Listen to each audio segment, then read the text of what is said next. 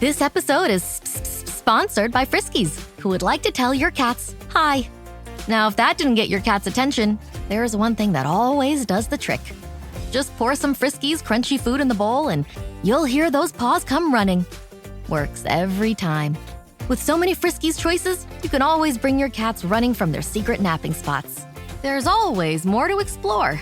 See for yourself at friskies.com or visit your local store. Got some good news for your ears. More of that good stuff is coming up.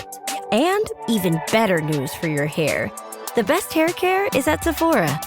They've got all kinds of products for every kind of hair. From brands like Amika, Kerastase, Day, and K18. You knew where to get great audio. Now, you know where to get great hair care, too. Sephora. Good news for great hair. Shop hair care now at Sephora.com.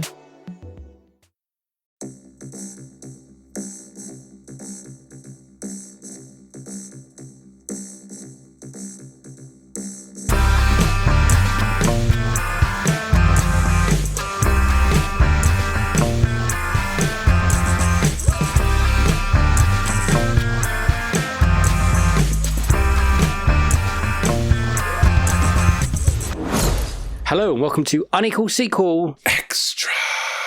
You might not want to accept it. You might not want to believe it. July's ended. I know, man.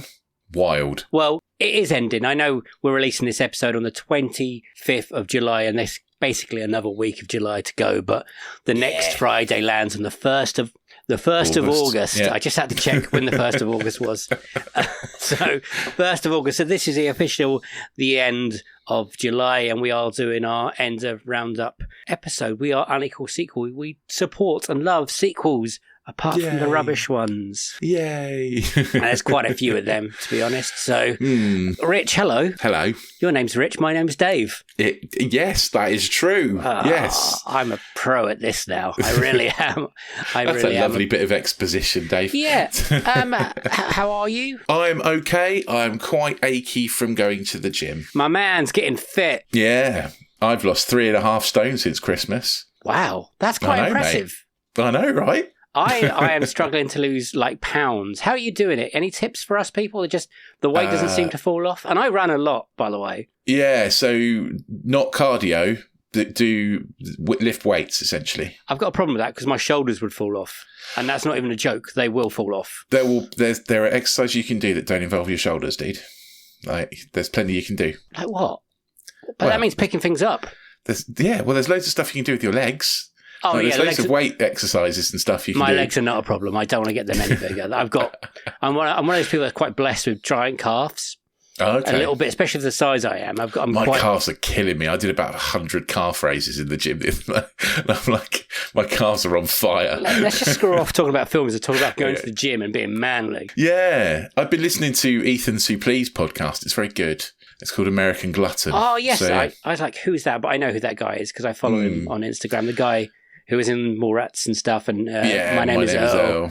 Quite an amazing story from what he was. He's really inspirational. And he's really good to listen to because he's not kind of like fake about it. You know what I mean? Like he's honest. He's very truthful about his troubles and what he's been through and stuff. And I like him. Yeah. I like his. But anyone who puts that much positivity in the world about a thing is a good thing. Definitely. How's your July been? My July has been mostly sweaty, I would say. It's been a hot one, hasn't it? It's been a hot one and a really humid one this like summer. I felt like the humidity is the killer. Like if it's hot and dry, which it never really is here, but like if you're like, I've been in like 40 degrees in the Sahara Desert and it's okay. Yeah. Whereas like 28, 30 degrees here is a killer. It's a different kind of heat. I've heard people come up from abroad and they're like, oh, we've had it hotter at home, but it's kind of a different kind of heat. Yeah. I don't know why. The heat stays, right? Like it's so when it's hot. God, we are really, this is good. This is a good podcast. So we'll keep going. When it's hot in other countries, but when it gets to night, it gets cool, right? Mm-hmm. Whereas here, it just seems to stay hot like all the fucking time. It doesn't cool down. It's wild. I'm becoming a vest person. I don't know what that says about me as a 40-year-old now. I'm wearing a lot of vests. Oh, you need to be careful. That's like 2 steps away from a gammon, isn't it? A what? You know, one of those like people who wave English flags and have a big red face. Yeah, I'm not going to do that. That wouldn't suit my personality. No, it definitely wouldn't. Yeah, I've had a pretty good July, I think. Again, struggling a little bit with the heat, but I think I prefer it over the cold, to be honest. I'm not looking forward to another winter popping up at some point. See, I quite like the winter. I'm happy with the winter. Oh, you know, sometimes I just like to be a little bit warm and stuff, and probably as I burn a lot. Anyway, let's stop talking about this. This is madness, right? Rich, can you tell us what we did in July? Yes. So, July was 28 years later. Was that July? It was. It was. Okay. So we did 28 years later, which I liked. We did, what else did we do? Megan. We did Megan 2.0, didn't we? That was July. And we've done, Jurassic World Rebirth. Those were our July movies. And then on another slice, we did Goal 3. How can you forget Goal 3? Quite possibly the worst film I've seen in a long time. Yeah. It's very bad. Yes. And next week, there will be the release of the disenfranchised episode of Starsky and Hutch. Yes. We haven't actually recorded that one at the time of recording, but when you listen to this, we will have done. We would have recorded it. We wouldn't have released it. Oh, okay. It is coming out on the 30th of August. Right. July. I was going to say, 30th of August? That's a while. Yeah. Nope, 30th of July. So that's good. Okay. You remembered everything. Well done, everyone. We've got some comments. I've got a few favourite comments from the 28 years later post is from our friends at the podcast Nobody Asked For. One of my first thoughts leaving the cinema after I could think straight again, I was wondering what Unequal sequel would think of this. Oh, that's nice. One of our favourites. I think what we thought of it was we liked it and the ending is weird. I think a lot of people did that. I did a poll because I thought a lot of people would have hated that ending. And the figures of our poll, I don't think anyone clicked on hated it. A lot of people clicked on loved it, and my other option was meh, and a lot of people just didn't register with it. I didn't hate it or love it. I just thought it was weird, and I thought it should have been an end credit sequence. But other than that, I think maybe a lot of people didn't know what the fuck was going on. Yeah, that's true. Because I missed, apparently, there was a weird Teletubby music or something in the background, and I completely missed that as well. I was so taken back by the Jimmy Savile thing, is that I don't know what was going on. Yeah, no, I think I did see the Teletubby music. I think I did hear the Teletubby music. Alex on our Goal 3. If this film series was more popular, the fourth film would have been in the manager's career, Goal 4, From the Sidelines. Oh, yeah, definitely. They would have had to have made the third one good, I think, for that to have happened. And I think the third one made like 45p. So I don't think it was ever going to get a fourth one, really. I'm not sure why it got a third one, to be fair, but there we are. It's truly awful. Also, another Alex on our, going back to Mission Impossible Final Reckoning. I'm late to the party. Loved the review from you guys, and I hope you disagree more in the future. Interesting. That one made me laugh. I enjoyed the stunts in the movie, but it felt it was a flat film. I also think Ethan having to stop full nuclear fallout is way too much. I prefer the more contained stories, like getting the rabbit foot or selling codes and getting them back from another dealer at the same time. Yeah. I don't think it's the end of Mission Impossible, even if it isn't for Ethan. Oh, okay. Interesting. I like that he wants us to disagree more. Yeah. People seem to like us disagreeing. That episode was quite popular with people liking us disagreeing on stuff. There's a lot, well, yes, but also people love you when you go nuclear. Yeah, true. Yeah. Yeah, people do like it when I go ranty. I'm not as ranty as you, it seems. I don't think I get as pent up, as angry as you. Yeah, and I don't know where it even comes from, because I don't go into things feeling angry. It's just as soon as I start talking to a microphone, it all just comes out. I'm quite a chill guy normally. Yeah, I don't know. Also, our favourite Josh Barton, who we had on last season, he's got into contact and he said, "Hey chaps, caught a few sequels over the past few weeks. First up was 28 Years Later, a film I really did love and a worthy sequel after all these years. Love how it was shot and the performances were all stellar. And that ending, ! Had me doing several double takes in the cinema because I couldn't just believe they were going down that route." Yes, I think that's the normal reaction is the disbelief. rather than anything else. It was quite jarring. What? Yeah, I'm really interested to see where that film goes now, and what look it's going to have. Are we going to have more of this madness, or are we going to go reset back into, well, let's say the brilliance of 28 years later? It's going to be, I don't know, it's going to be mad. Anyway, January. Going to find out. He goes on. Next up was Jurassic World Rebirth, and after my rant about Dominion on your podcast, you'd be glad to know it washed away the pain. Yes, it was simple and the characters are quite one-dimensional, but I loved how they made it all about the dinosaurs again. Most importantly, the awe of seeing them in the wild, the raft sequence that the T-Rex was the highlight, but a special shout-out for the scene in the field with the Titanosauruses, captured quite beautifully. I see what he means, because that's like the love of Jurassic Park. I've got another comment from somewhere, actually, it's quite good. Wanted the boyfriend to die from the very first scene we met him, and left a bit annoyed that they kept Duncan alive, but overall thoroughly enjoyed it. Should say spoilers. Yeah, I agree. I wanted the boyfriend to die as well. Who was that from? This is Josh still. Oh, it's just Josh again, that one. He ended it. Crazy to think a facility that cost millions was undone by a bloody Snickers wrapper. Yeah, good point. I was thinking that. I was like, oh, product placement. And then I was like, oh, that just a little chocolate bar took the whole place down. It does happen, though. True. Happen. And I agree with him that I was annoyed that Duncan stayed alive and the boyfriend didn't die. Yes, I would like him to have died. There's no point keeping him alive. No. And I agree, actually. I really like the T-Rex raft bit. I think that's probably the best bit of the movie. The set pieces are great. I said it in the review. I had a bit more of a blast with it than Rich.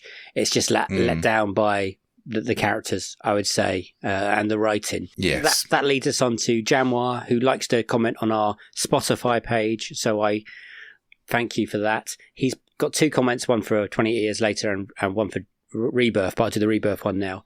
He says, Rich's patience has really been tested this year.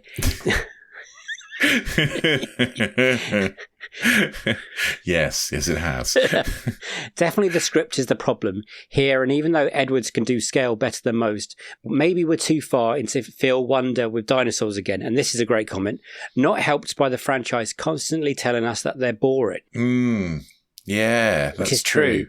At least a bunch of shots were nice to look at, except the bad background CGI in the Quetzalcoatlus sequence. The Quetzalcoatlus. Yeah, I can't. The D-Rex lit by flares looked ace, which it did. It just looked like the Rancor. It just looked a bit moody, and it kind of went away. It didn't have its big moment, I would say, that dinosaur. And we probably should have had more of the madness of genetically modified dinosaurs, apart from ones that look like birds a little bit. I don't know. Maybe we should have seen more of them. He also commented on the 28 years later post. Good episode, chaps. I agree largely with both of you. Really enjoyed the film, and I'm waiting for the Bone Temple before deciding on my feelings about the ending. Oddly, I missed the Savills thing. I just thought it was a Teletubby related. All those negative reactions show what an uphill battle it is to make a genre film for grown-ups, though. True. I don't know if anyone's been overtly negative about the movie. It's just itself. It's just that last scene, I think, has caused a lot of discussion. Which is good. I like when a film causes discussion. Yeah, definitely. It doesn't always have to be how good or bad it was. If it makes you talk to your mates around a pint around the pub at the end of the film, if you do that, I think it's a good thing. Another email from Alex. I like this one because it says, "Hi, Dave, Rich, and resident dinosaur correspondent George." Oh, thanks. I'll pass that on to him. Another great review episode. My son's similar to George's, enjoys dinosaurs, although at times I find it hard to keep him relaxed during the slower parts of the film. For people who haven't seen this film, I put it on a par with Jurassic Park 3. If you like that movie, you'll enjoy this. The film does flow like a computer game. Level 1 and now level 2, etc. Dino Crisis from back in the day comes to mind. I don't think I played Dino Crisis. I never played Dino Crisis either, but I can see that it is quite computer game-like. Aren't all Jurassic Parks a little bit like that, though? I don't know. I don't think the original is. Oh, I love the original so much. It goes on, I was hoping for a better film from Gareth Edwards, although, as Dave said, I think the movie was rushed. They concentrate on set pieces before the story. which I think that's definitely true. Yeah, agreed. Although I did enjoy both water set pieces in the movie, why didn't they go harder on the dinosaur mutated creatures, just like the two-headed dino we saw? And then he goes on, fingers crossed for Superman and or Fantastic Four for a better story-driven summer movie. Thank you, Alex. Yeah, absolutely. I agree with everything everyone said, actually. Like, I don't think there's anything there that I'd massively disagree with. Everyone, all our listeners are very clever and astute. they point out things that we miss, and I really appreciate that. Because I didn't admit, the bit of the last few Jurassic Park films, they keep telling us dinosaurs are boring. Yeah, it's a really good point. Yeah, everyone's bored of dinosaurs. Everyone's fed up of dinosaurs. Well, stop making bloody films about them if you think everyone's bored of them. Show how majestic they are and how brilliant. Did you see my mistake when I released the episode, by the way? No, what did you do? Well, I didn't read back, and I released the episode called Jurassic Worth Rebirth. Oh, bud. So I had to quickly change that in the morning. But I think it's going to be quite largely forgettable. I think it's already kind of gone from people's psyche already. We're in such a busy summer of movies. There's so many sequels coming out. Yeah. Will it get left behind a little bit? I think you're probably right. I think it might do. It's certainly not It's certainly not one that's sticking in my mind, and getting lots of conversation. I mean, even Mission Impossible sticks in my mind a bit more. Is that for the wrong reasons? It's for the wrong reasons, but yeah. I think with the likes of Superman coming out and Fantastic Four, I think. Just Jurassic World Rebirth might just be an afterthought for people. Yeah, I mean, we forgot quite famously when we talked about all the sequels we watched this year. We completely forgot about Captain America: Brave New World, didn't we? Very forgettable. I think Jurassic World Rebirth will fit in that. Come to the end of the year, we might forget that as well. Yeah, I think so too. Not a bad film, just forgettable. Yeah, and not as magical as that first one. It's always going to have that, on its back, that great film in the series, which is truly, truly great. So if it doesn't live up to that... I think the major problem with these films is that so much of the reason that Jurassic World is amazing is because the characters are in awe of the dinosaurs. Mm-hmm. Whereas in these movies, characters don't care about the dinosaurs. Nobody's going like, they move in herds. We knew they move. I told you they move in herds. There's none of that. There's none of that wonder. There isn't any of that. Like, everyone's just like, big lizard. Like, no one cares, right? I guess like I said in the episode, I'm going to be intrigued to see where they go next. Because I don't want to see these characters again from Rebirth. I'm not quite sure how they'll shoehorn them into if we are getting another trilogy like we have done in the past of whatever's going to happen. It felt like it was a very one-off film. Yes, it didn't feel like it was setting up a trilogy, that's for sure. No. So hopefully not. But thank you to everyone who sent comments in on all our socials or emailed them in. We really appreciate that. So keep that coming for August. It's another very busy month for sequels. It's so busy at the moment that the films are getting released and then we get to talk about them maybe 2 weeks later at the moment. It's busy. But it is busy. It will iron itself out at some point because there will be dull points that we can fill in the gaps of these sequels. September's looking quiet, right? September and October, I believe, are quite quiet. And then maybe November as well. And then December picks up with Avatar and some other things. So we'll see. But thank you very much. Keep them all coming. We really do appreciate it and we love your comments. It keeps the podcast afloat. Let's move on to sequel news. Hey, it's Paris. I love sparkly things, right? Like stars. Duh. And thanks to Hilton and Auto Camp, I just slept under them. Picture me, serving looks by the fire outside my luxurious Airstream, making s'mores with the kids, while a national park is our backdrop. The great outdoors meets Hilton hospitality. That's hot. Explore all the new ways to stay at Hilton.com. Hilton for the stay. This episode is brought to you by Indeed. When your computer breaks, you don't wait for it to magically start working again. You fix the problem. So why wait to hire the people your company desperately needs? Use Indeed's sponsored jobs to hire top talent fast. And even better, you only pay for results. There's no need to wait. Speed up your hiring with a $75 sponsored job credit at Indeed.com/podcast. Terms and conditions apply. With a major selection of the looks your kiddos love starting at just $4 in the Walmart app, a new school year means a stylish new them. Who knew? Find skater skirts and Crocs that say, I'm casual but cool. Sparkly sneakers that say, it's my classroom, you're just learning in it. And preppy polos that say, I'm the teacher's pet, even if they're mommy's menace at home. Find their favorite styles starting at just $4 in the app. The Walmart you thought you knew is now new. Sequel news. Sequel news of quite a slow month for sequel news. So this won't take a long time to talk about all the stuff that's about to happen. But there was a bigger trailer for the Tron Ares film. Yes, I've seen it. Have you? Yeah. Oh! It was before, I can't remember which film it was before, but it was before one of the movies I've watched recently. I sat down and watched that trailer and thought, this is everything Rich hates. Yes, it is. It's Tron and Jared Leto. And I thought Jared Leto was going to have a smaller part in it than he has. He's the main fucking character. Yeah. I did sit through that trailer and go, this movie's going to make me want to punch myself in the face. I think it's got multiple Jared Letos in it as well. Oh, fuck. Really? Yeah, because he's like a computer game character that they keep bringing back or something. I don't know. I don't want to watch it. I like the idea of Tron. I haven't watched the first one in a long time.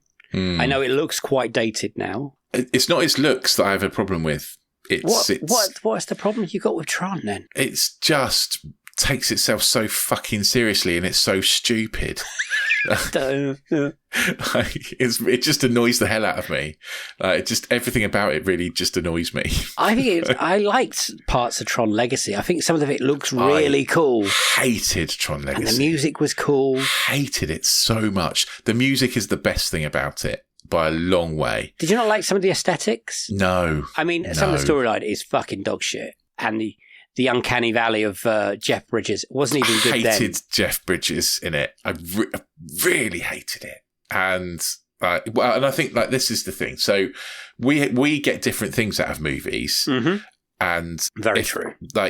Decent visuals cannot make up for bad script for me. It just can't do it. So I don't care what a movie looks like. If the script is bad, I'm not going to like it. If people like us disagree on it, on the film, hopefully.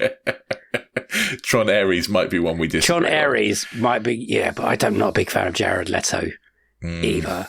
No. I just think the stories I've heard about him, when he does take himself too seriously. Well, that's the thing, is that I don't like Tron because it takes itself too seriously, despite its whole premise being really fucking silly. And Jared Leto is the same. He takes himself way too seriously, despite whatever he's in. Like, Morbius is a prime example. That should be a movie where you have fun with it, because it's really stupid. But he takes it so seriously. I just think it's just going to be a terrible combination. And I think I'm just going to hate it. And I would love to be wrong. I'd love to come out of it going I really like that Tron movie. Are you a fan of Nine Inch But I doubt Nails? it. Have they ever connected with you, the band? They're fine. Yeah, they kind of miss me as well, to be fair. Yeah, no. But they're doing the soundtrack, so we'll see. Anyway, we'll find out on October the 10th that comes out. So that's exciting. Another exciting trailer dropped this week, and I don't know if you care about it, is the Mortal Kombat 2 trailer. Oh, I haven't even seen Mortal Kombat 1. Oh, I didn't like Mortal Kombat 1. Do you remember the original game? The game and the film. Loved the game. Do I remember I remember the film coming out. I don't remember what I thought about it, but I think I probably have seen it. I had a holiday once somewhere in Spain where there was two families and all the adults got diarrhea, basically. Okay. So thankfully one of them got down to a local video rental store and rented two films. They rented Die Hard with a Vengeance and Mortal Kombat for a week. And right. There's 4 kids, and we watched those movies over and over and they were in over English? again. They weren't Spanish dub or anything? No, in English. Absolutely brilliant. So I love those 2 films. I love the Mortal Kombat film. I've gone back, and it's fucking, it's mad. Yeah. But I've got I think I remember it being the music's great. Unintelligible nonsense. Yeah. Basically. There's a sequel called Annihilation that you should read about, because they ran out of money during Right. it, and they just released basically what they had left. So they that kind of bodes never well. they kind of never finished the film and some of the effects. So it is. I'm surprised no one's picked it, but people probably haven't seen it, which is Mortal Kombat Annihilation. Anyway, there was a reboot a few years ago. I've watched it. I wasn't too impressed, but this one has got a character. You know Johnny Cage, Yes. the actor, stunt guy. Mm-hmm. He's played by. No, I got to get it right. Carl Urban. Yeah, Carl Urban, yeah. Yes, not Keith. Not Keith Urban. He's the country singer. He plays Johnny Cage, and they released a trailer, two trailers this week. They released a especially Johnny Cage one, and then a normal Mortal Kombat one. When Mortal Kombat, they explain what the fuck's going on. I quite like Carl Urban, so that's a good thing. Yeah, but a lot of people are doing martial artsy things, and Carl Urban isn't really I mean, his presence as Johnny Cage looks cool, but it could be one of those movies when they're like, cut, bring in the stunt double. Yeah, it could be. You never know, though. You never know. Hopefully, We'll have to see.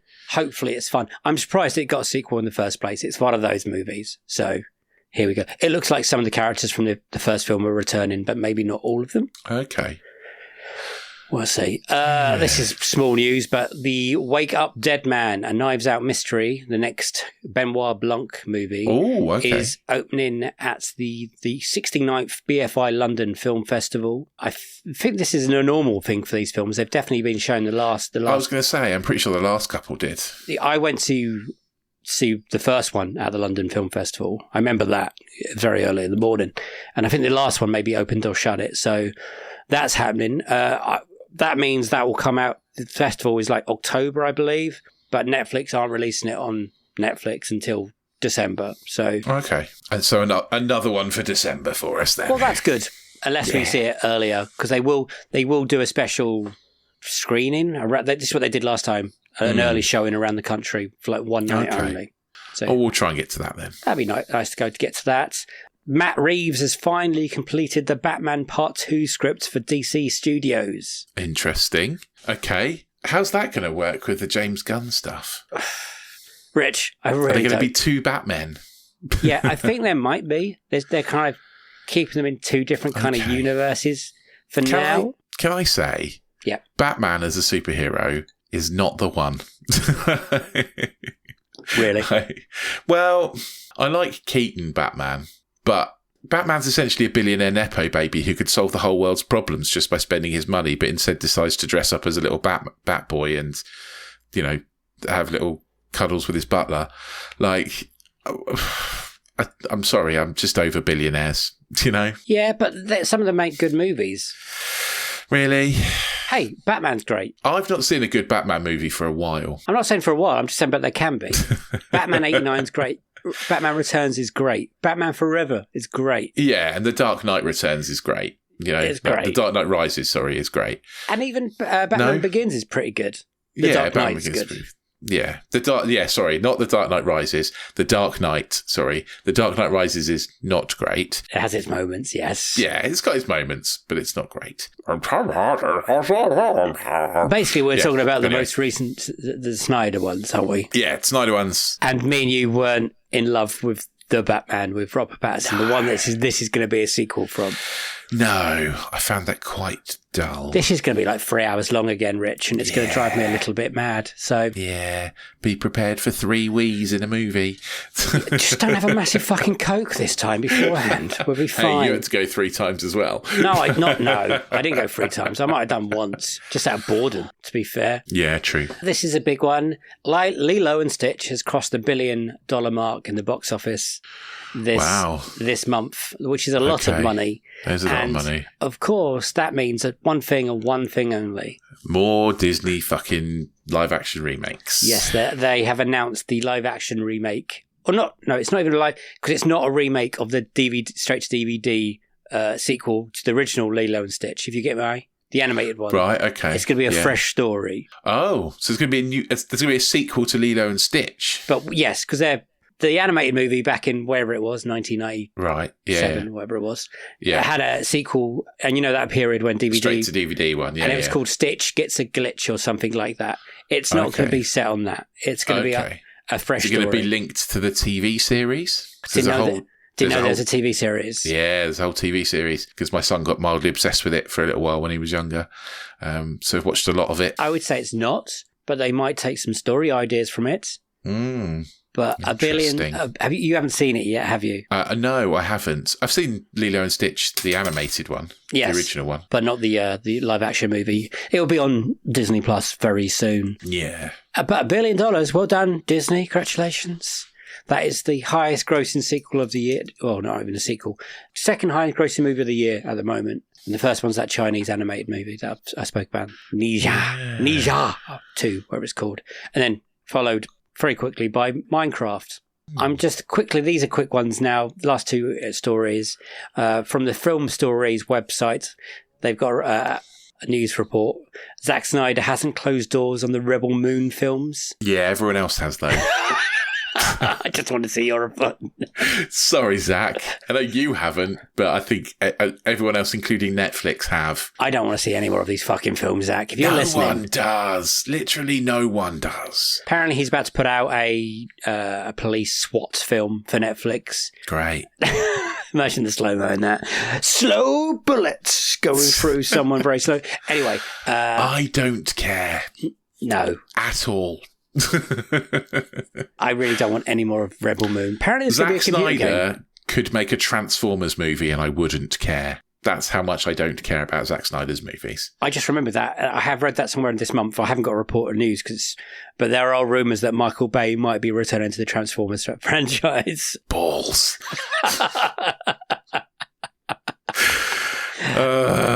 Put that very much in the rumoured camp though, Rich. It might not happen. I really hope it doesn't. I think it will because they've got so much better since he's not been so involved. Yes, but they haven't made the money that they did when he was involved. Yeah, but they were shit. So those people at Hasbro or whatever are probably thinking... Yeah, but films in general haven't made the money. Oh, I agree with you. But studios, and I'm going to try and be polite if they're listening, are dum-dums. Yeah, that is true. Yeah. So that's thinking, why people Michael like Bay Zack Snyder and Michael Bay keep getting movies to make, right? Because they're like, oh, but in 1997 he made lots of money. Yeah. Yeah. The last bit of news is, I don't remember, a few months ago we read that Guy Ritchie was going to do Roadhouse 2. Yes. Yeah. He's reportedly left Roadhouse 2. Okay.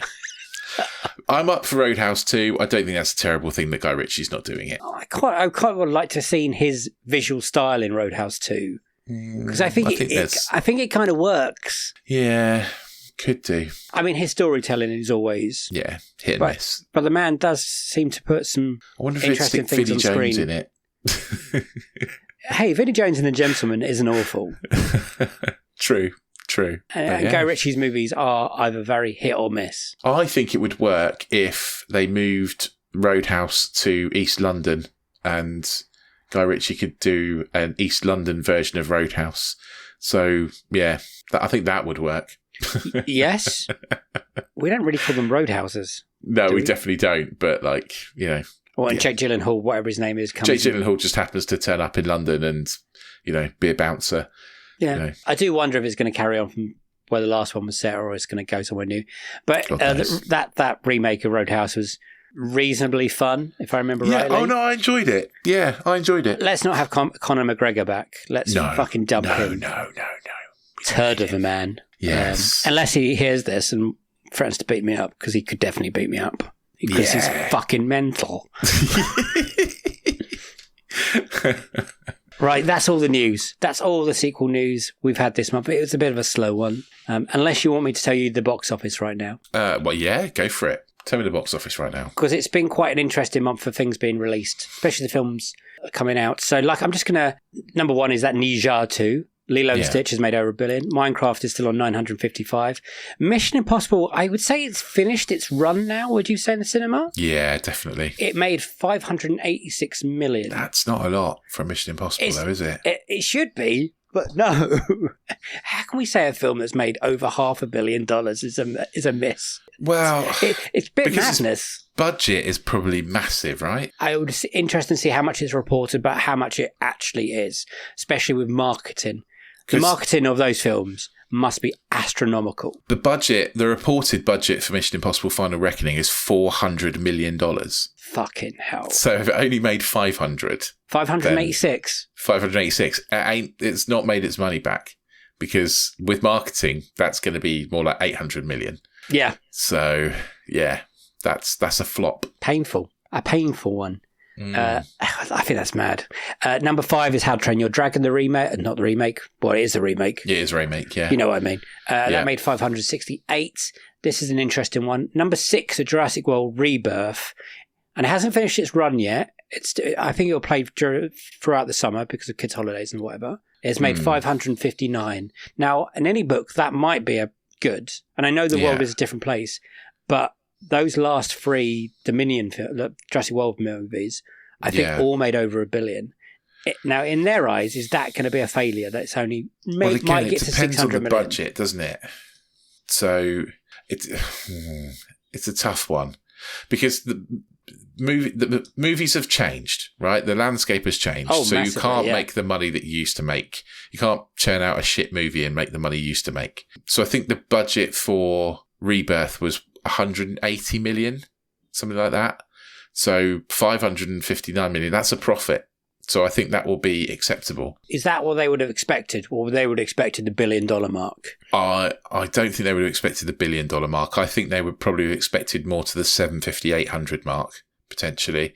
But it's still in cinemas. That's true. It's not finished its run yet. I think it's interesting once we get to this halfway in the year to start talking about budgets and box office, because it's interesting to see what happens at the end of the year. But you can see things starting moving around now. Yeah. But last month we had an email about asking us what do we reckon is going to make more money in certain films, Jurassic World or Superman or Fantastic Four. And I think we both said Jurassic World would be the highest earner. Would make the most money, yeah.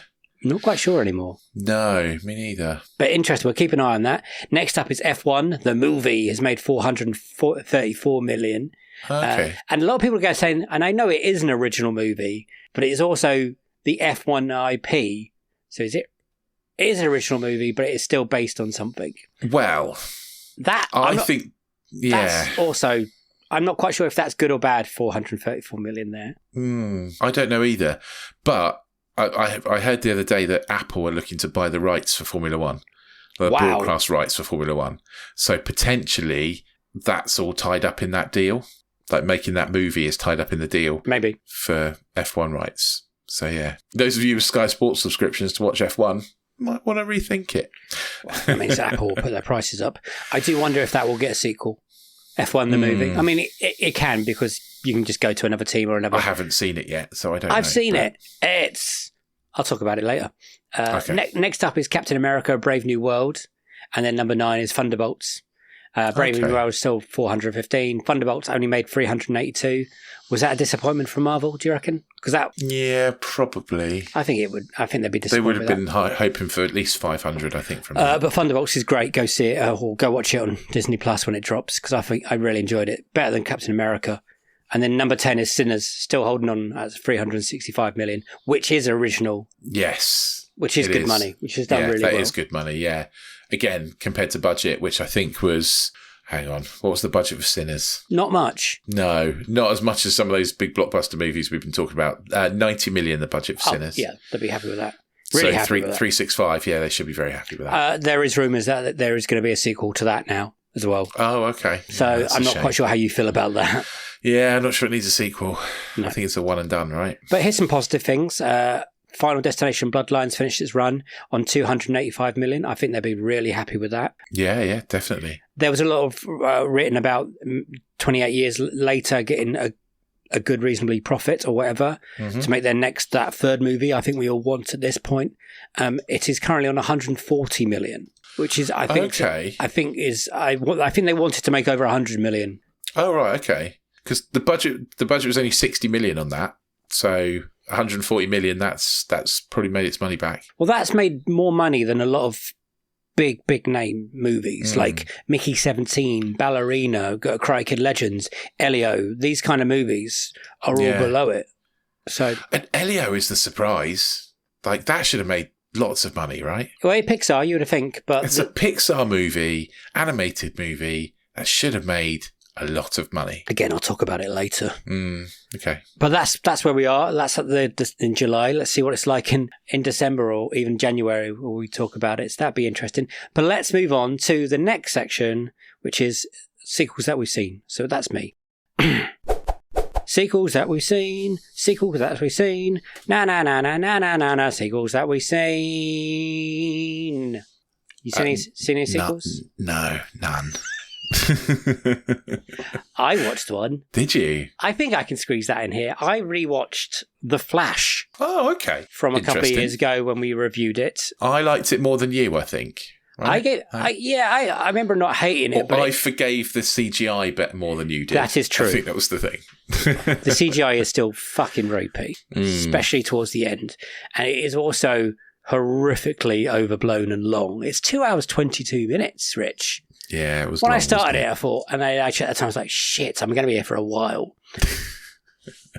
But rewatching it, I enjoyed parts a lot. And it is a shame that Ezra Miller went full-blown cuckoo. Lunatic. Yeah. Because I think he's really good in that movie. And I also really enjoyed having Michael Keaton back as Batman. I think some of the action scenes are great. It is far too long. But what really connected to me this time was the bit when he has to say bye to his mother.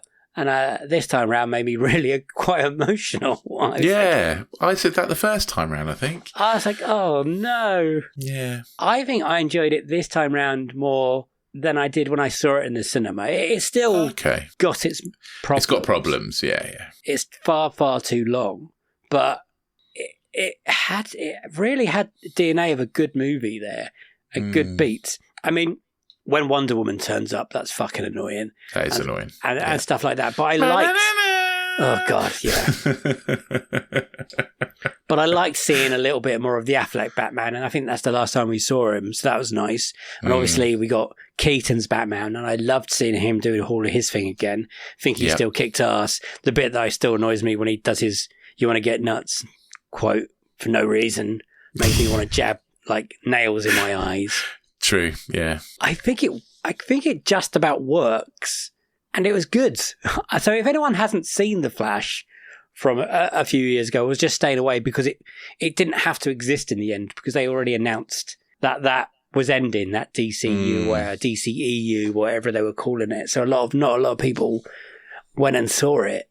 Or there's moments in that film that's really cool. It was one of those ones where I was not expecting anything from it at all, and I came out pleasantly surprised. It was better than I thought it was going to be. Doesn't mean it was good. No.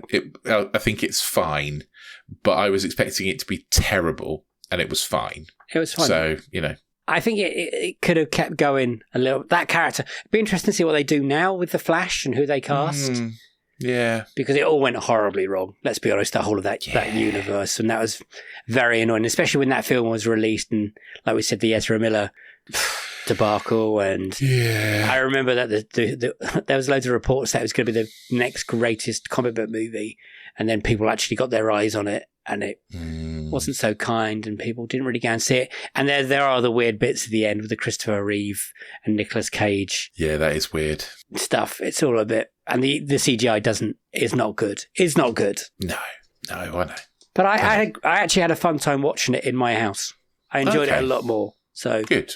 That'd be my suggestions. But that's sort of the only sequel thing I've seen this month. But I have seen other movies, so let's go. Me too. Movie Club. Yeah. So I've watched 6 movies, I think, this month. 4, I would say, that I can talk about. Okay. So I've got 2 that are rewatches that I've watched before. So I watched Kiss Kiss Bang Bang, just because I really like it. Christmas movie. Yeah, Christmas movie, so why not watch it in July? And I watched Brian and Charles. Oh, both brilliant movies. Yeah, to be honest. Lovely. Loved them both. Kiss Kiss Bang Bang is more problematic. There's problematic bits in it. I would say. Some of the language. Some of the language. Some of the things in there are very 2005, which is when it's from. And yeah, I did watch it going, ooh, this feels 20 years old now. Ooh. But some of the dialogue is still great. And the chemistry between Val Kilmer and Robert Downey Jr. is still maintain it's Val Kilmer's best movie. Like, He's fantastic. he is brilliant in it. And yeah, Brian and Charles. I love David Earl. I think he's amazing. I love that movie. It makes me laugh. It makes me cry. Warms my heart. It's brilliant. If anyone out there hasn't seen Brian and Charles, go and watch it because it's really, really fucking good. Really fucking good, isn't it? Yeah, it is. We're so good. blessed with films like that come out. I know it's a completely different movie, but it gave me the same vibes as The Ballad of Wallace Army. That's why I watched Island. it. That's why I wanted to watch it, because I watched Ballad of Wallace Island, and I was like, oh, I need that feeling again. Yeah. So I was like, and Brian and Charles, I was like, yeah, we need to watch that. And David Earl is so good in that movie. So good. He's so good. He really is. A very funny man, but he's so good in that movie. Definitely. Do you reckon they'll ever do a sequel to that? Oh, I'd love to. I'd love if they did. Charles Petrescu going around the world. You know, that would be really nice. Maybe Brian goes out to meet him somewhere. Oh, that's a bit cheesy on a holiday. It would be cheesy, but it'd be fun. Yeah. Anyway, yeah, they probably won't. But, two great movies. Yeah, definitely. So, also I watched Wicked. Oh God, we get to talk about Wicked. Yeah, okay, we get to talk about Wicked. It's Is it Wicked? Do you really like it? It's fine. It's really fucking long. Oh, yeah, it is really fucking long. I don't connect with the songs as much in the first half. I think the songs are better in the second half. Oh yeah, well, Defying Gravity is great. It's a great song. Yeah, that's a good song. But I think I was kind of getting a little bit bored of it, and then it picked up again. So I think when Jeff Goldblum comes into it, then it kind of picks up again. Because I was kind of getting like... Well, can we just cover your history of musicals quickly? Because you didn't like musicals. And then you found musicals for a long time. Then you found a couple of musicals that you liked and you've kind of connected with them recently. Where is this... Has it pushed you back nearer the... It's closer to the sort of musicals I don't really like that much. So, yeah, it is closer to that kind of... I think if I saw, like, Andrew Lloyd Webber musicals in the theatre, I wouldn't like them. But I think this pushed me back a little bit towards that kind of thing. But I didn't hate it. It just wasn't my favourite thing. It is very long, but you can see where it's far too long. You can see where they spent the money. It looks great, I thought. It does look great. I think the performances are pretty good. Really good. I was just getting a bit bored of it by the end. I think if you loved that story in that film, that you would love that film, as in... Yeah. But I'm quite keen to watch the sequel, actually. Well, good. We're going to watch it in November. Because I want to see... Yeah, that's why I watched it, because I know we're going to watch the sequel. But I quite want to see what's going to happen. You know, like, I want to... The sequel seems like it's going to be more interesting. Well, here's the story. Apparently, in the musical, and that first half is better. It's got the better songs than what we're about to see. So interesting. I'm just going to set that up, put that in, so you can be prepared. Did you cry at all? Because a lot of people cried a lot. I didn't cry, no. Maybe if I'd watched it in the cinema originally and it was an emotional day, I might have done. But no, it didn't grab me like that. It wasn't like Wonka. Wonka grabbed me right in the feels. You know, it didn't get me anywhere near that. Well, I'm glad you watched it.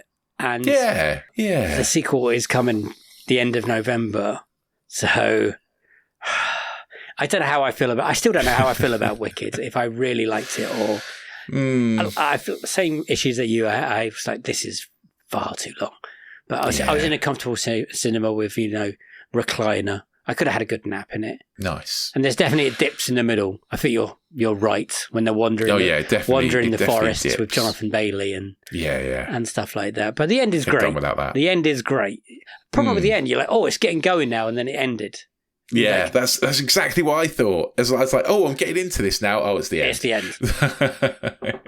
That's why I thought the sequel might be good, because like I was getting into it, and if the sequel carries on from where it ends, anyway, we'll find out soon. Okay, what's next? So I also watched Dogman. Me and George watched Dogman together, right? Because he loves the Dogman books. Captain Underpants and all that. Yeah, Captain Underpants. Yeah, he very much enjoyed it, and I thought it was good. Do you know what? I like the Captain Underpants movie. I watched it once on an aeroplane going to Canada. Yeah. And I imagine I'll watch this again on an aeroplane. The humour's nice. It's got good heart, and it is a bit heartwarming. I don't think the animation is quite as good as other recent animated movies, But I'm putting it up there. I'm giving it like a good score. Oh, I would good. recommend it. If you've got kids, then I would recommend it. Or even if you're just like Dave and a bit bored and want to watch something, then yeah, I think it's all right. I might watch think it it's this okay. afternoon then. Again, I think it's a touch on the long side. I can't remember how long it was, but I do remember thinking it's probably going on a little long. Was now. it over 85 minutes? I believe so. Because that feels like a film that should just be 85 minutes. Yeah. Well, let me check. It shouldn't go over 90 minutes. No, I think it is slightly over 90 minutes. But oh no, it's not. It's a minute under 90. 89 minutes. 89 minutes. Perfect then. So maybe it isn't too long. But yeah, I think it's all right. I quite enjoyed it. I can work with that. And definitely worth watching. That's a recommendation. Yeah, it is a recommendation. Another recommendation is Piece by Piece, the Pharrell Williams Oh, yes, I've seen this. Lego documentary, which surprised me. I thought it was going to be a biopic, but it's not. It's a documentary rather than a biopic. Like, he's actually interviewed in it. Do you know what I mean? Like, it's a... Hey, can I tell you who It's a weird one. It's made by Morgan Neville. Okay. Who's Morgan Neville? He's the best documentary filmmaker out there. Oh, of course he is. 20 Feet from Stardom. He did the Mr. Rogers documentary. Yeah. Will Be My Neighbour or whatever it's called. And I've got to interview him once. Oh, did you? Yep. Oh, nice. Lovely man. Absolutely lovely man. Because he also did a documentary on Orson Welles. Basically, all the good documentaries that come out, he does. The Steve Martin one that you liked Yes, as well, right? Yeah. Yeah. He's really good. He's really good. And he's in that Piece by Piece film. He is in it. He's the one doing the interview. Yeah, isn't he's got a Like, character. Did you enjoy it? It is good. I did enjoy it. I mostly enjoyed the music. Yes. Like, yeah, I came out of it going like, oh, weren't Neptunes great? They were great. He does try and make, like, he had... I'm sure he did have struggles. Don't get me wrong. But his struggles don't seem awful compared to some other people's musical that's true. struggles. And it felt a bit sanitised. Obviously, Pharrell had a lot to do with it. Do you know what I mean? He's like, I do all this great stuff, and it just got too much, me doing all this great stuff. And that seemed to be his biggest problem, that he took on too much of his workload. It felt a little bit like it didn't really go into his character that much, really. It was quite surface level, but I quite enjoyed the animation. It's definitely fun. You know, it's definitely worth. It's different. It's worth a watch. It's different, but it's not a biopic. It is a documentary. I would say it's an interview piece, isn't it? Really. So when I kick off my musical bio podcast, that one can't be added into it, or. Well, no, because I don't think it's not a story. It's not a biopic, is it? It's not a story. Interesting. I'd say it's more documentary. Okay. I think you're right. And the other thing I watched was Juror Number 2, which is potentially Clint Eastwood's last movie. This is the one that the studio buried when they released it, which is a crime when it's a Clint Eastwood film, especially if it's last Clint Eastwood film, where it's got a fantastic cast. It's got Nicholas Hoult in, right? Yeah, it's Nicholas Hoult playing a slightly creepy weirdo, which he does very well. And it's what I would say is that Clint Eastwood obviously really likes A Few Good Men. Right. And it's not that. But we haven't had a good courtroom drama in a long time. It doesn't seem to be a genre that's really popping, or hasn't been popping for years. I wouldn't say this is a great courtroom drama. Oh, okay. I was quite looking forward to it. But I wouldn't say it was a bad one either. I think it's fine. I think it's fine plus. Okay. Oh, we've got a new category, guys. This is exciting. It's not quite good, but it's fine plus. It's in between fine and good. Put that on a t-shirt, and we might. Yeah, because that's just been put onto Now TV or whatever it's called, Sky Cinema in the UK. So yeah, it's out there. And I saw it the other day, and I thought, I better wait until my wife's back in the country. So I watched it because I feel like she might want to watch that one. So I haven't watched it, but I've got my eye on it because I quite like Clint Eastwood films. He's got a good.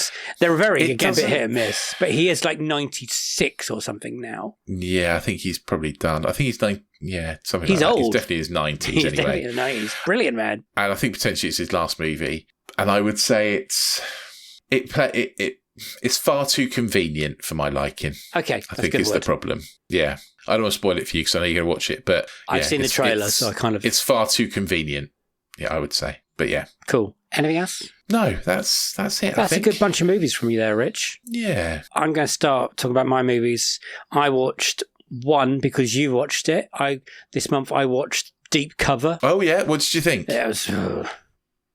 Oh, really? I quite enjoyed it. I was like, is this still going? Oh, really? That is a thing that's okay. about an hour, should be about 16 minutes long. Yeah, it probably is a little bit too long, but still, I had fun with There's it. some bits in it that are funny, and I did chuckle a little bit. Nick Mohammed taking cocaine for the first time was a funny scene. Yes, yeah, that's funny. And I think Orlando Bloom, surprisingly, I think those three surprisingly good, right? Like, the cast are good. Surprisingly good. Mm. I just think it overcooks it and goes far too long. Yes. You're probably right. It is a bit too long. And Ian McShane's accent? Yeah, it's weird, isn't it? I think he's meant to be Scottish. Well, his name's Ian McShane. You'd think he'd have some Scottishness in there somewhere. He really goes for it. I have to give him that at the end. Mm. And I watched 2 films with Paddy Considine being a bad guy recently. Okay. And what was the other one I watched? Oh, yeah. So I watched Deep Cover and I thought it was all right. I also watched, also an Amazon Plus, whatever movie it is, the Heads of State movie with John Cena. Is that Idris Elba and John Cena? It's on my list. So I saw it and I was like, that could be all right. John Cena is the President of the United States. Idris Elba is the Prime Minister of the UK. I fucking wish that would happen in real life. By the way, yeah. And they get shot down somewhere over Eastern Europe. I've really enjoyed this. Those two together, if you've seen the Suicide Squads, you can tell they've got great chemistry, those two people. Mm. Some really good action scenes. Again, the storyline is a waffafin. Like, really, really. It looks it. Pathetic. Yeah. It completely relies on John Cena, Idris Elba, and Parika Jonas. Is that her name? Don't know. She's great in it. Like, action-wise. Really fucking good. And I really enjoyed it. And I thought I was going to sit down to something. It is very much a big, dumb comedy, action film kind of thing. It's very funny. John Cena just leans into everything. I think he knows what kind of actor he is and completely commits to it. And he's great. We all know how good Idris Elba is as an actor. Fucking great. There is a bad guy of Paddy Considine is in it again, which made it weird after watching that and then straight after basically watching Deep Cover. I was like, oh, he's literally kind of playing the same role. But I would really recommend Heads of State. I would advise people to watch it. If you're looking for something that's like funny, action's pretty good. There's some few twists and turns in there and stuff. I was happily surprised, and I'd put that in the good category. One above, fine plus. Right. I'd recommend you to watch it. I think it relies heavily on the presence of its lead trio, and I think they dragged that film through. And it wouldn't surprise me if there is a second one at some point, because I think everyone had a good time making it. Okay. But those are very busy people. We'll keep an eye out for that then. Yeah. What else did I watch? Oh, I did watch Pixar's Elio. Yeah. Which I only knew was a thing recently because I was watching another film and the trailer came on. This film has literally had no publicity. No, they've really tried to bury it, haven't they? It felt like it was a studio trying to bury it, and the box office shows that. It is very, very feels like it's a Pixar film that they don't care about. It's got whispers of good things in it, but I think they had some problems with production of it and maybe where they were going to settle with certain characters and stuff, and it fucking shows. But there are some funny moments. Some of the animation is, it's gorgeous because it's Pixar. It's really good, but it doesn't land what it's trying to say or be. And it's also so token Pixar in a lot of things, like parent-wise or kid-wise. I'm trying to not spoil it because people will watch it when it comes on Pixar. Yeah. It will do well because it will be there for everyone to watch. Yeah, it's not top tier Pixar. It's far from it. It's below Good Dinosaur because I love the Good Dinosaur. It is lower tier Pixar. Okay. It's disappointing. It feels like it's a movie that's been unloved by its creators and makers. So, yeah, it's very forgettable because I can barely remember it now. Other films I've seen, I watched A Working Man on Amazon, which is the Jason Statham film that was released earlier in the year. Oh, right, okay. Directed by David Ayres, written by Sylvester Stallone. Oh, okay. It's fucking trash. It sounds it. It's All the awful. things you just said made me think that's going to be David trash. Ayres is a weird person because he's made some great films. He's made but made Fury and End of Watch, which are really good movies. They are really good, yeah, but what's the but? Suicide Squad. Yeah, exactly. And some other films. But he recently did The Beekeeper, and The Beekeeper was good. It's entertaining. It's Statham kicking people big. It makes, yeah. Yeah. This film is literally the same storyline as The Beekeeper. Why am I not surprised? He is ex-special ops like The Beekeeper, but now working as a construction worker. But not a beekeeper. Not a beekeeper. And that's it. And then the family that he's working for, the daughter gets kidnapped. So it's a little bit of Taken in there as well. Okay. It's fucking awful. It is really awful. Statham's accent, I'm, again, what the fuck is that? Because at some points in the movie, he's worked for the British government and the American government. So his accent, is all over the place. Right, okay. But I wouldn't put it as a good Jason Statham film. You know, Nah, it doesn't sound it. he made quite a bit of money in the box office though this early in the year. He made $100 million. Did he really? Yeah, it's a big hit. Wouldn't surprise me if there's a sequel to that at some point as well. So, but fucking rubbish. Don't bother seeing that. What else have I seen? I think that's it. Yeah, I think that was your 4. I saw All the Right movie, All the Right Moves, the Tom Cruise For your film podcast, for my podcast, yeah. which has just been released. Go check it. The great Tom Cruise Cake Quest. Nice little self-promo there. Yeah, Well done. might as well. It's one of his most people forgettable films, I would say. People don't mention All the Right Moves. It's between Risky Business and Legend, so it's one of those that's kind of gets forgotten about. But yeah, the rest of the stuff I've seen, I can't talk about because I have seen Superman and I know what he did last summer. Yeah, well, we'll talk about those later. Yes. So let's go on to the next bit. How do you top your love for your cat?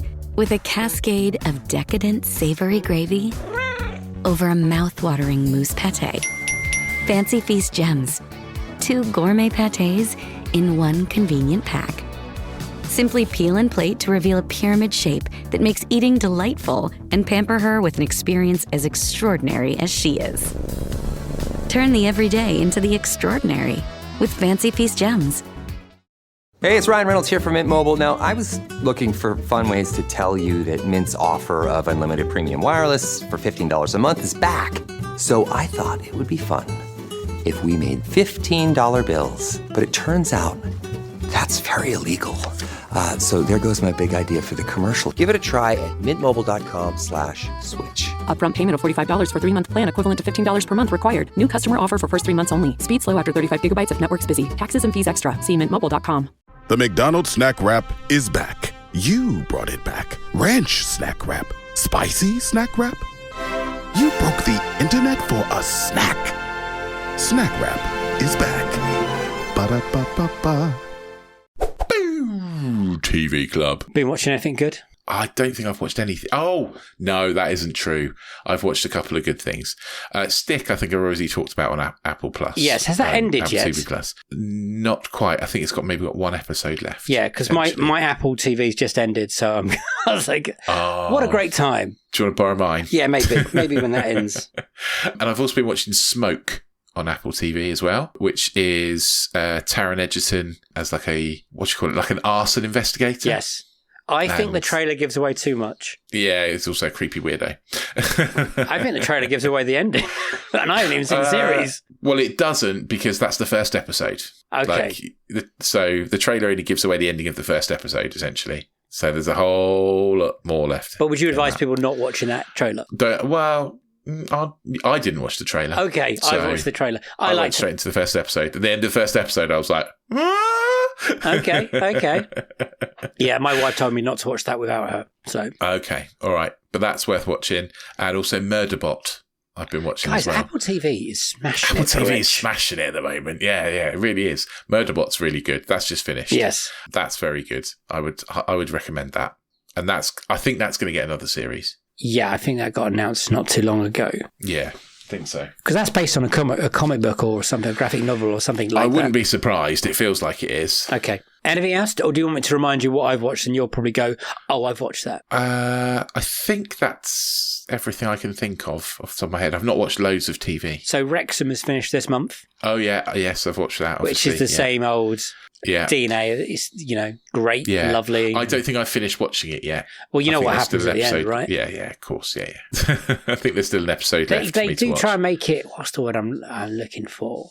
I don't know the word I'm looking for. Dramatic? Not just dramatic, because they put in little stories of local businesses and it's quite cheesy in places. Oh, it is, yeah. It is cheesy in places, but at the same time, it's also quite nice in places. But it is a pleasant watch. And quite like a bit of cheese now and then. Yeah, they've done a good job of making that entertaining, to be honest, and making people actually care and want to watch it and actually making Wrexham Football Club a thing. So, good job, everybody involved. Absolutely. I finished watching Clarkson's Farm. I don't know. Oh, okay.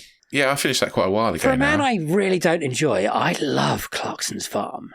I really love Clarkson. It's really good, isn't it? It does shine a light, and I know we say this at the end of every series of Clarkson's Farm. It does shine a light on British farming in a good way. The way he opens his pub, they probably should have done some more thinking about that. Yeah, I could have done. I always feel like at the end of Clarkson's Farm, I always feel like I could do with like 2 more episodes. I needed a little bit more every time. In a good way or a bad way? Yeah, in a good way. Yeah, in a good way. Like I need a couple more episodes. Like I like the characters, and that's how they say it in Clarkson's Farm. I don't know how much of it is like put on a little bit. I think quite a fair bit of it's performative. It's definitely written, isn't it? But there's some bits in the end of that series when people leave the pub, and I don't think that's written. No, potentially not. I can't imagine he's an easy man to work for. Especially in those circumstances. And also, I've read up about it afterwards, and I don't think those people that left were very easy to work with either. Oh, really? Sounds of it. We'll have that conversation later. What else have I watched? Taskmaster ended. Yes, yeah. I've been watching Taskmaster 2. Yeah, so I've watched the end of that. I love that series. Was that all this month? That series was great. I can't give out away who. Jason Mantzoukas, my favourite thing. I like Jason Mantzoukas. I like all of them. I can't pick. I think Mantzoukas. I think Stevie Martins and Matthew Baton were all great. I mean, they were all great, right? Rosie Ramsey and I can't pronounce her Fatima. Thank you. El Ghori. I can't remember. El Ghori, that's it. All brilliant. All brilliant. And you had the full gamut of people that do it as well. Do you know, there's some people that can't be asked, some people that are super keen, some people are just there to mess about, and you always it had the full range of that. So I'm already looking forward to next season. I love how they come around pretty quickly. Talking about Apple TV, I watched Long Way Home. The Ewan McGregor and Charlie Boorman I didn't watch that. Travels around Europe. Now, this has been going for 20 years. So Long Way Down. Long Way Round was the first one. Oh, was it? When they went through Russia, Mongolia, and then back to New York to the round. And that was hard for them. They really that was a lot of hard work. What this series has now become is 2 old men who just want to have a nice time on their bikes and not really many hard things. Because even Long Way Down, when they went through Africa, there's some hard riding and they had some problems. Yeah. It's now they're just basically kept to okay, let's just have a nice time on nice roads. Our knees can't take it. Charlie Boorman has nearly died a couple of times in his life on bikes. Let's just get through it. But it is a very pleasant, I think it was 10 episodes in the end. Because he's nearly 60 now, Charlie Boorman. So he's not a young man. Ewan McGregor's still looking great as well. Yeah, well, he's mid-50s now, isn't he? These are old dudes. And I think they don't want to be away from their families too long. No, which is fair enough. But it's funny because they go from Scotland and then all around Norway, Denmark, back around Poland a little bit. But they kept showing these mad sports that these mad Europeans do.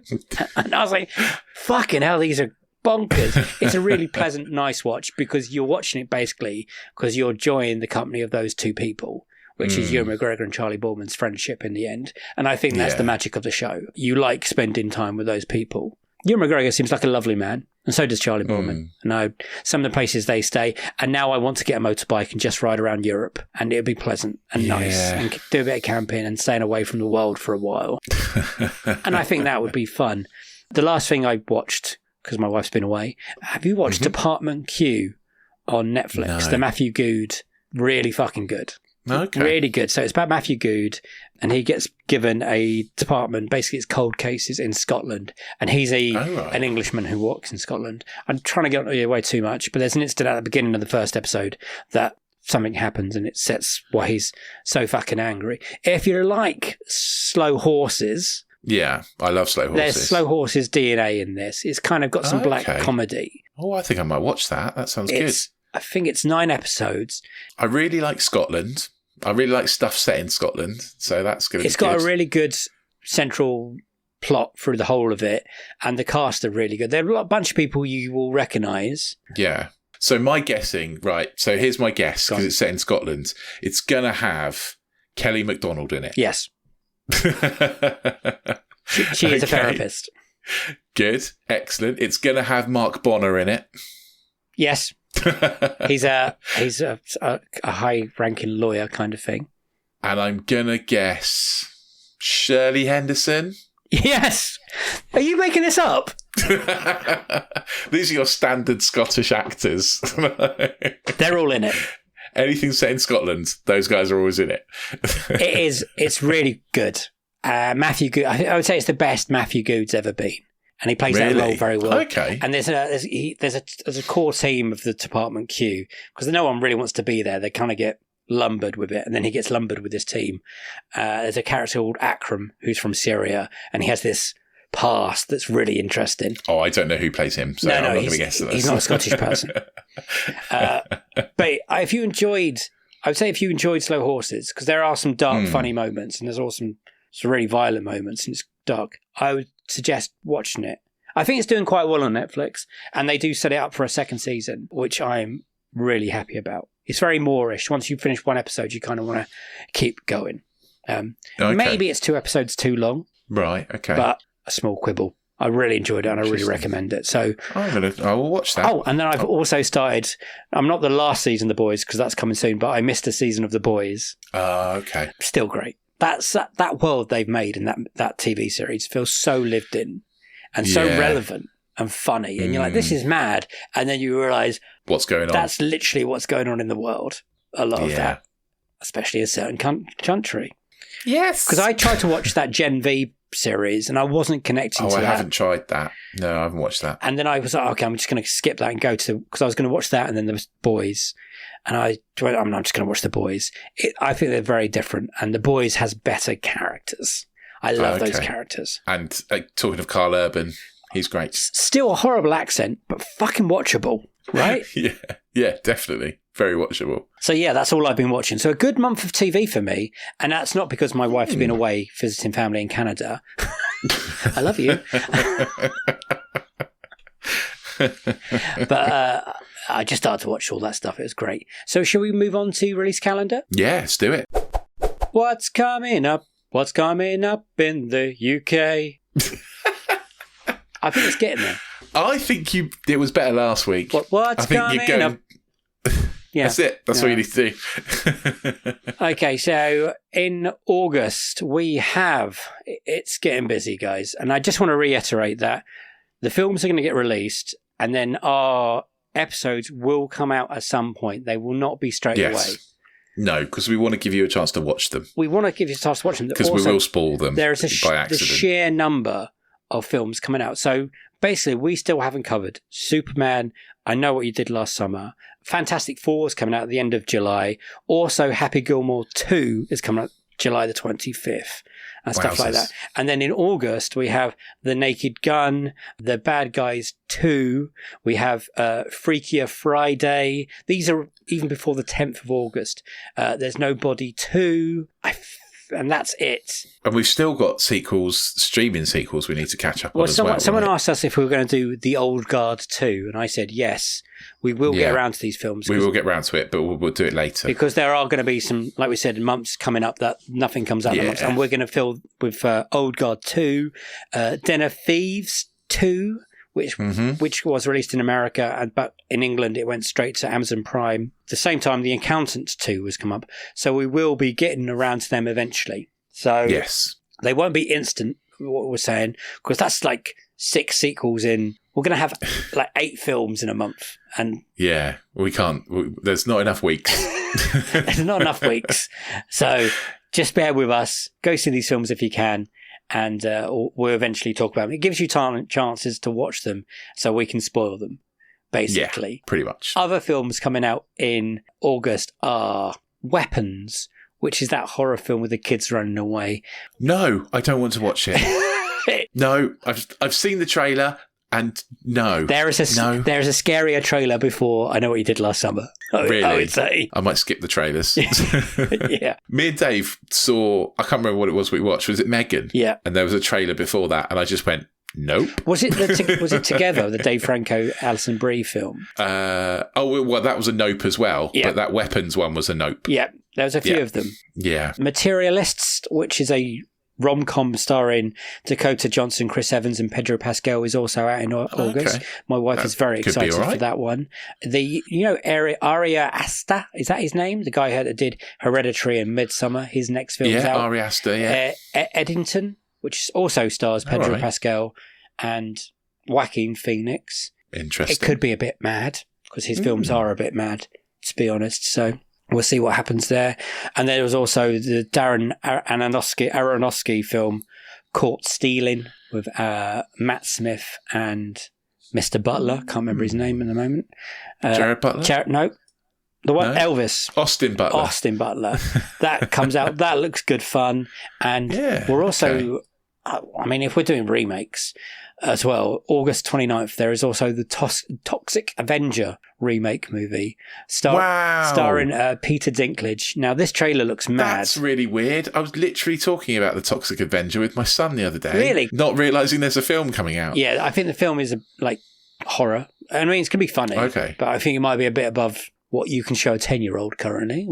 Right, okay. Because I remember the cartoon as well. Yeah, he'd come up with a character that's called it's called the Toxic something. And I was like, oh, like the Toxic Avenger. And he's like, I don't know what that is. So I was like, told him all about it. I was like, yeah, there was a cartoon when we were kids. Toys. There was a big thing. Yeah, and there's all sorts, a trauma movie. Anyway, this movie was filmed way back in like 2023.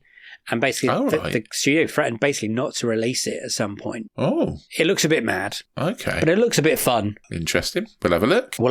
Mad and fun, that's what it's supposed to be, right? I don't know where it would be shared. I imagine places like the Prince Charles Cinema. I'm not quite sure what kind of Odeon or Cineworld will show it.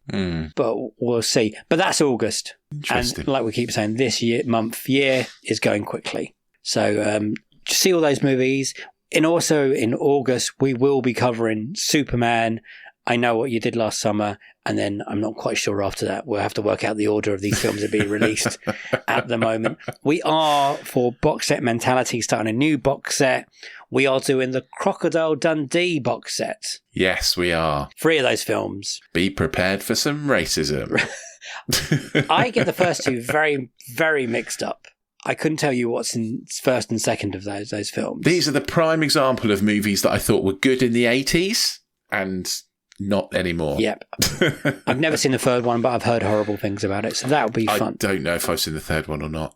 I don't think I've seen it either. I think I might have turned it on for 10 minutes and thought, this is not how I remember Crocodile Dundee. I'm going to turn it off. But here we are. We're going to watch all 3 of those films, so get psyched for that. We wanted to do comedy. Yep. So we were focusing on comedy, and we had a few things going around the head. We talked about the Pitch Perfect movies, but there's potentially a 4th one coming, so we didn't want to do a box set where there might be another one. And we talked about other ones as well, didn't we? Hangovers, maybe. That is the key thing for the box set mentality, that they have to be dead and buried box sets. Yeah.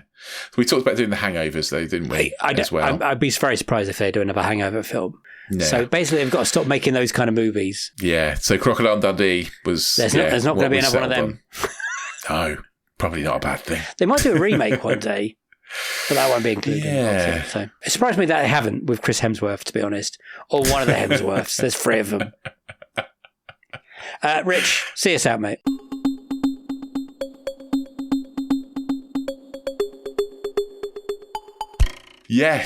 Yeah, if you're one of 3 Hemsworths, get in touch. Let us know. We'd love to have you on the podcast. But yeah, hit the auto download button, hit the subscribe button. We'll drop into your pod player choice every single week. Hopefully you've liked what you've heard today in our monthly roundup. If this is your first episode, we only do this sort of thing once a month. All the other things are reviews, and we even have interview episodes with special guests. You can go back and listen to those. There's tons of them. And we are starting to record more for Series 9. Yes, we have to delve into that. Yeah, which is going to include mine and Dave's Best, Worst and Dream sequel. I know, right? That's going to be a special episode. Everyone's been asking for that for a long time. They have. If you like me getting ranty, or you just wait for my worst sequel, I'm going to get ranty. So yeah, hit the subscribe button. We'll drop into your player choice every single week. If you want us to read out your comments in the next end of month roundup, then you're going to need to get on the social medias. We're on all of them. Unequal sequel on all those things. Just type it in the search bar and find us. We're not on the bad place, the one that used to be a bird and is now a little crisscross. We're not on there. We don't do that shit. But we're everywhere else. You can also, if you don't do social media at all, get on emails. We're unequalsequel@hotmail.com. You can find us on there, and yeah, just send us what your thoughts and we'll read them out because we love hearing them. What we also love is comments. So if you're on YouTube or if you're listening on Spotify, you can leave comments on there. We also love reviews. So if you're listening on Apple Podcasts especially, please give us a 5-star review. We will read out what you write in the end of month roundup too, because we love those. But 5-star reviews helps other people find the podcast, and it also helps us getting closer to becoming certified Rotten Tomatoes critics. Keep your eyes open for the Independent Podcast Awards. We are crossing our fingers that we might be nominated this year. You never know. Nominations will be announced pretty soon, so we're crossing our fingers for that. Also, we had an article. We were in an article, weren't we, Dave? We were, yes. There was an article written about the top 5 indie movie podcasts, and we were there. From a site called Earworthy. So go check that out. Yeah, go to Earworthy, search Unequal Sequel, and yeah, we're the first ones mentioned. I know, It's right? nice, isn't it? It's so good.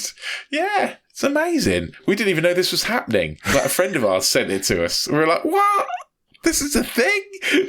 I do appreciate that, the people who wrote that article. Thank you very much. Absolutely. Yeah, thank you for being nice about us. Yeah, it was lovely. But yeah, those are all the things, apart from anotherslice.com/unequal sequel, which is where you can check out Box Set Mentality and Disenfranchised and all the other bits and bobs that we do, especially for our super special slices. We are talking about merch, but only for super special slices. So if you want some access to some exclusive Unequal Sequel merchandise, then you're going to have to join up. anotherslice.com/unequal sequel, $2.99 a month. And that gives you access to all the extra stuff, Disenfranchised, Box Set Mentality, and the sequel sessions, plus some exclusive merch. That is going to be a thing. So yeah, we'll see you over there. Come and join us. That's it. That's the fun place. The fun place. Yeah. Yes. Thank you, everyone who does join up to Another Slice. We really do appreciate that. So there's a lot of fun stuff. There's a lot of episodes on there now. I think we've done 30 episodes of Box Set Mentality. That must mean we're about to do 30 episodes of Disenfranchised because we started them at the same month. So there's over basically 60 episodes just there. And then we have all the sequel sessions from the last 4 seasons, I think. So a lot of good, entertaining and interesting stuff on them. Sometimes we go a little bit deeper with people's thoughts and feelings and movie stuff. And sometimes they go off the rails even more than the actual episodes. So that's always fun. So thank you for everyone that sends everything in. We do appreciate that. Thank you very much. We're on to August next month. Strap in. It's going to get real busy. And thank you very much. It is a goodbye from me, bye-bye, and a goodbye from him. Bye! See you on the next one. 6 for this one. Have a great month. Bye-bye. That was a really chunky episode. I thought that was going to be under an hour.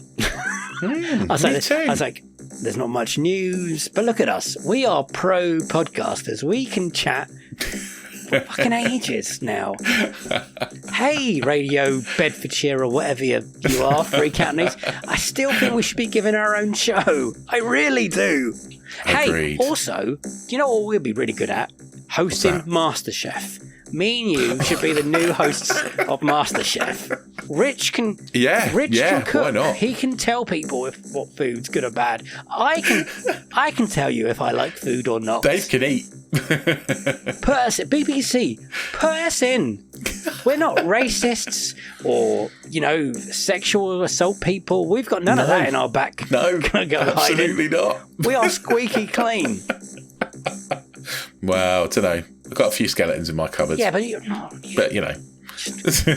just don't go around touching people. Have you read his excuse? This is the longest outro ever, but have you read his excuse? I haven't read his excuse. It will make you fucking furious, just to let you know. Really? It's because he's autistic, apparently. Fuck off. Sorry, autism is not an excuse for being an arsehole. No, it's not.